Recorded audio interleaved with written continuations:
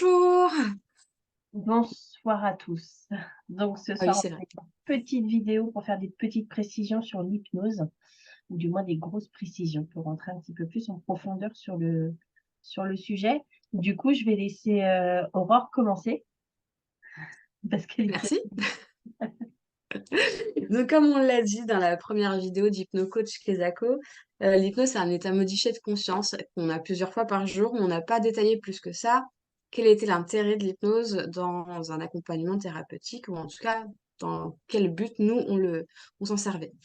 Et donc, ça me semblait important de rapporter quelques petites précisions concernant l'hypnose. Donc, l'hypnose, on l'a dit, donc c'est un état modifié de conscience. Mais c'est surtout là où se gère tout ce qui se trouve au niveau inconscient. Et donc, l'inconscient, ça vous parle peut-être pas, mais tous vos automatismes, vos émotions, vos habitudes, nos peurs, tout ça c'est inconscient. C'est en général une fois qu'on a très très peur, genre comme là quand on fait nos vidéos. On a tous les signaux de notre corps qui se mettent en place, qui nous disent qu'il se passe quelque chose. Mais avant tout ça, l'inconscient a déjà décelé qu'il se passait quelque chose et du coup, il s'est déjà mis en état d'alerte, ce qui fait que consciemment, après, on a les signaux. L'intérêt donc de travailler en hypnose, c'est de travailler directement avec l'inconscient, qui lui gère tous ces automatismes et qui du coup va pouvoir faire le travail de façon naturelle, sans que ce soit trop brusque, sans qu'on ait besoin d'y réfléchir, c'est vachement bien d'ailleurs. Et du coup, ça va les permettre qu'ils s'intègrent dans le temps, que ce soit, pas juste pour une fois le changement qui se mette en place, mais par exemple, j'ai trouvé un exemple, ce sera plus facile. Si j'ai peur en voiture, parce que X raison, et que, je vais voir une praticienne en hypnose pour gérer cette peur en voiture, et ben, alors certes, je vais toujours avoir peur la première fois que je vais monter, parce que, bah, ça reste un souvenir qui est ancré, qui est bien présent, mais plus je vais y aller, plus ça va se faire de façon naturelle et plus ma partie, inconsciente va me dire: «OK», parce que je me suis préparée, parce que je l'aurais fait en séance et que du coup, je sais que monter en voiture, ça ne il y a pas plus de risque en montant en voiture qu'en traversant, par exemple. Et du coup, mon cerveau va faire le travail de ce que j'ai vu en hypnose, enfin, en état d'hypnose et ça soit exactement pareil que quand je vais remonter réellement dans ma voiture. Et même si on a cette petite angoisse de se dire: «C'est la première fois que je monte dans ma voiture», et ben, notre cerveau, il va se mettre directement en place pour que, tous nos freins, ils soient levés puisqu'on aura déjà préparé le travail de monter dans la voiture. Et du coup, la peur va s'atténuer à force des séances et plus on va faire de séances pour travailler cette peur en voiture et plus quand on va monter réellement dans la voiture, on n'aura pas peur. Je sais pas si c'est clair, Marine, tu me dis? Parce que moi, dans ma tête, ça l'est, mais des fois, ça l'est pas à l'extérieur.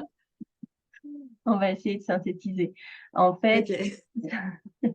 ça va permettre de lever des blocages souvent liés à la peur de toute façon, souvent liés à un trauma, souvent liés à la peur. L'inconscient a mis des automatismes en place pour nous protéger et donc on va lui expliquer qu'il peut les lever parce qu'on va bien et que tout va très bien se passer. Et en faisant ce à quoi on n'aime pas être confronté, plus le travail avec l'hypnopraticienne, ça va permettre tout doucement de pouvoir passer outre ces peurs-là. Ouais. Bah, dans ma tête, ça ressemblait à ça. Dans ma tête. Après, on peut prendre un autre exemple peut-être parce que peut-être que les peurs, ça leur parle pas, mais par exemple les sportifs. Les sportifs sont souvent accompagnés par des coachs et même souvent par des hypnopraticiens. Parce que quand, ils vont faire leurs courses, ils vont savoir comment faire leurs courses. Mais plus ils vont la pratiquer sous hypnose, plus ils vont savoir comment réagir à tel ou tel problème qui peuvent se mettre sur cette course. Et du coup, quand ils vont être réellement sur la course, quand tel ou tel problème va se mettre, vu qu'ils seront entraînés, mais de façon hypnotique, mais ils seront entraînés, et ben ça va se dérouler tout seul. C'est un exemple plus parlant peut-être, Ouais, et ils vont pouvoir plus simple. même gagner en vitesse pour la course. Ils vont C'est pouvoir ça. gagner en endurance parce qu'avec l'hypnose, en fait, ils auront travaillé leur endurance en se disant qu'ils sont capables de le faire et ils l'ont déjà pratiqué sous hypnose et donc le corps et le cerveau savent qu'ils sont tout à fait capables de le faire. Donc, où ils vont aller plus vite, où ils auront plus d'endurance. Enfin, ils peuvent travailler toutes ces choses qui leur permettent de faire le meilleur temps.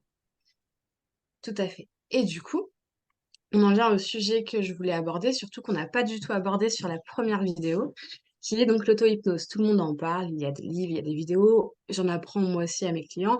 Enfin, c'est quelque chose de génial. Du coup, pour la récupération des sportifs, par exemple, il y en a beaucoup qui vont se mettre en auto-hypnose après pour récupérer plus rapidement, plus facilement et pour moins sentir les douleurs musculaires, par exemple. L'auto-hypnose est donc un super outil qui a ses limites. En fait, ça va être surtout pour la récupération, pour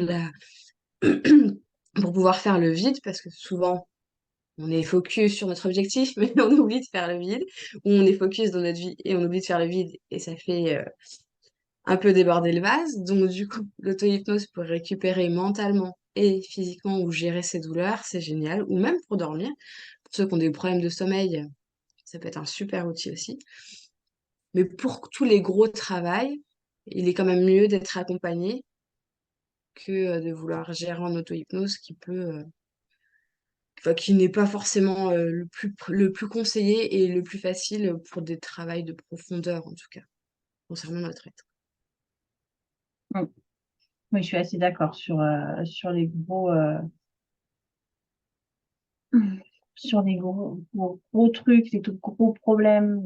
Il vaut mieux être accompagné d'un hypno ou d'une hypnopraticienne, peu importe, mais quelqu'un qui soit à côté, en fait. Déjà pour que la personne puisse aller complètement, se laisser aller complètement, parce que le travail en auto-hypnose, ça demande quand même de rester légèrement. Enfin, on est moins en profondeur du coup, donc on peut moins aller voir ce qu'il y a dessous. Et puis, on va pas savoir forcément ni poser les bonnes questions, ni diriger l'inconscient de façon à ce que ça allège au minimum, à ce que ça allège le problème. Mais le fait d'avoir quelqu'un à côté, ça permet surtout d'aller plus en profondeur, en fait. Oui, Donc, et puis, l'auto-hypnose, c'est bien, ouais, comme tu disais, hein, pour tous ces petits soucis de récupération, problèmes de sommeil, tout ça, c'est nickel. Mais au-delà, faut trouver quelqu'un qui nous corresponde pour bosser un petit peu plus. bah voilà, je crois qu'on a dit toutes les précisions que je voulais dire. Cette vidéo était assez courte, hein, mais je pense que du coup, elle reprend vraiment ce qu'on avait oublié de dire dans la première vidéo, qui était quand même notre première, donc on a le droit. On a toujours le droit, mais, mais voilà. Du coup, si vous avez d'autres questions sur l'hypnose ou sur le coaching ou n'importe quel autre sujet, n'hésitez pas à laisser un commentaire et à vous abonner à notre page pour voir la vidéo la semaine prochaine. Bonne soirée à tous. Bonne soirée. Au revoir.